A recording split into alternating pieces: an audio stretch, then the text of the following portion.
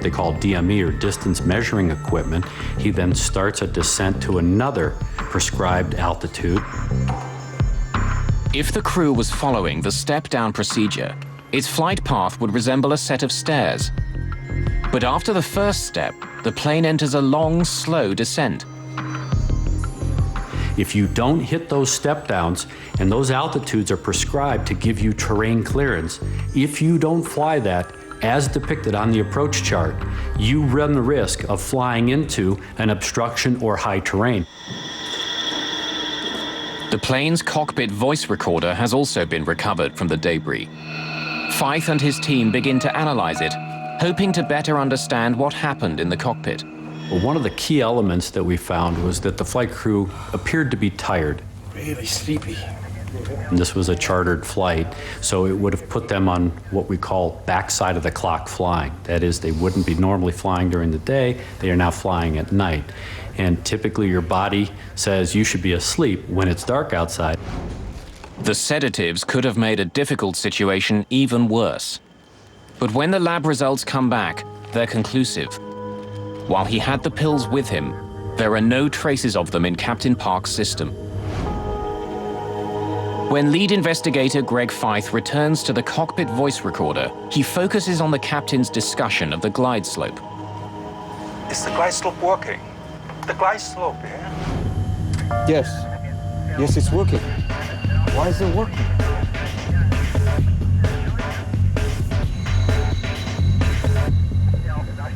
He started to see the glide slope needle move a little bit and started to question the other crew members as to whether or not the glide slope was actually working or not.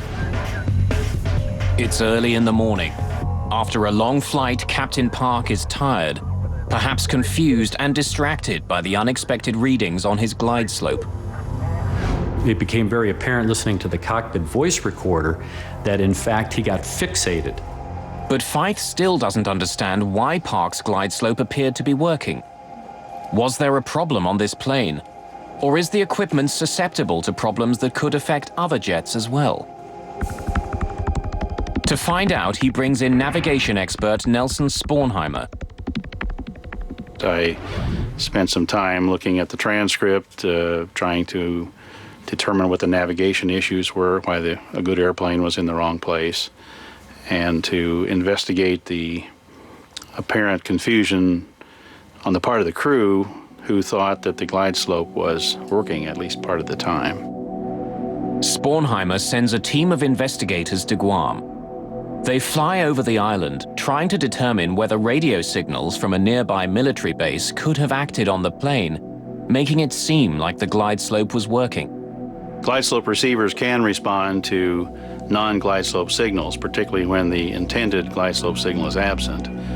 If there are spurious signals on the channel and they contain the right information, they can cause intermittent movements of the glide slope needle. Set 560 feet. But the signals wouldn't be sustained. Like a light switch turning quickly on and off, the glide slope indicator would give periodic indications that it was working, but not for long. My conclusion was that spurious signals, whether they be from other transmitters or failed ground equipment such as personal walkie-talkies, could not cause a sustained warning flag movement. If the glide slope wasn't fully operating, why did Park believe it was? And even if he did believe it was working, why did he crash into Nimitz Hill? Isn't the glide slope working? Wiper on.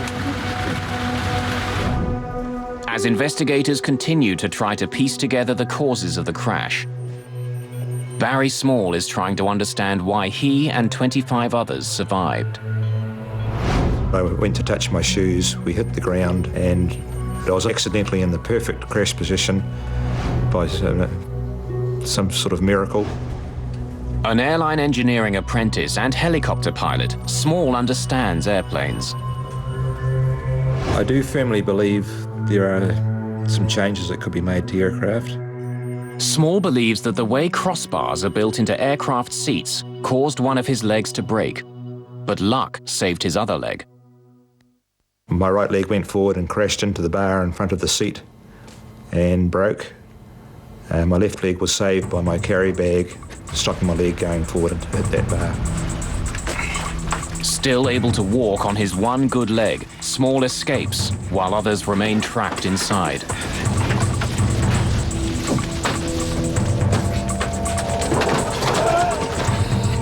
Since she's young, Rika Matsuda's legs are shorter than a normal adult. Sitting normally, her legs wouldn't have been pressed against the crossbar on impact, so she was able to escape the plane. Oh, go now, get out of here. While her mother died. Small is also convinced that the flames that first spread through the cabin of Korean Air Flight 801 were preventable. They estimate that those top lockers had over 462 litres of burnable alcohol on board. Had the plane been full, there could be at least twice that amount. During the crash, Small believes that the duty-free alcohol mixed with oxygen in the plane's ceiling.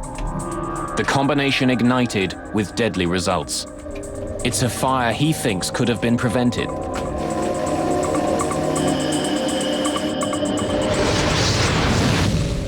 Why have this risk, alcohol and oxygen?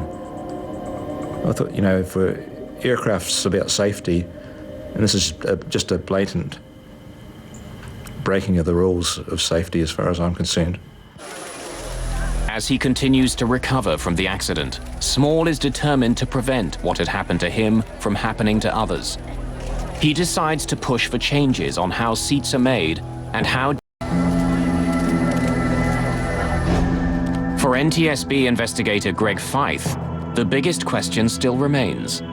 How did an experienced pilot, one recently honored by his company for his safety record, crash his plane 5 kilometers short of the airport?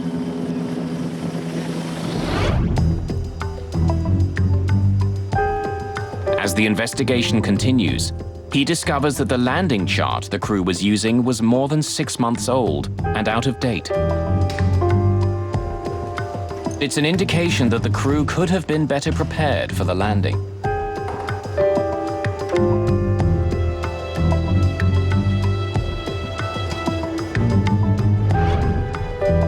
When he reviews the training practices for Korean Airlines, Feith uncovers more gaps in the information that the crew received. We found that the Korean Airlines flight crew had all of their training based on airports with approaches where the DME was always co-located at the airport. DME is distance measuring equipment, electronic beacons that tell pilots where they are in relation to the airport. Often the final beacon is found at the foot of the runway. That was not the case in Guam. The airport was in fact 5 kilometers further on. Struggling to see through the rain, Park was unable to find the airport. Distracted by the unexpected glide slope readings, Park used the final beacon as a guide, expecting it to take him right to the runway. Let's make a missed approach. Not inside. Not inside. Missed approach. Go around. Go around. Flaps. It's clear that Flight A01 flew an approach about 3 miles premature. In other words, the descent was about 3 miles early. It was a nominal approach otherwise, just to the wrong location. We think that based on fatigue and some of their training, that in fact, when the flight crew crashed the airplane, when the counter got to 0, they thought the airport should be there. A fully loaded 747 weighs more than 200,000 kilograms. Like an enormous ocean liner, it can't change course quickly.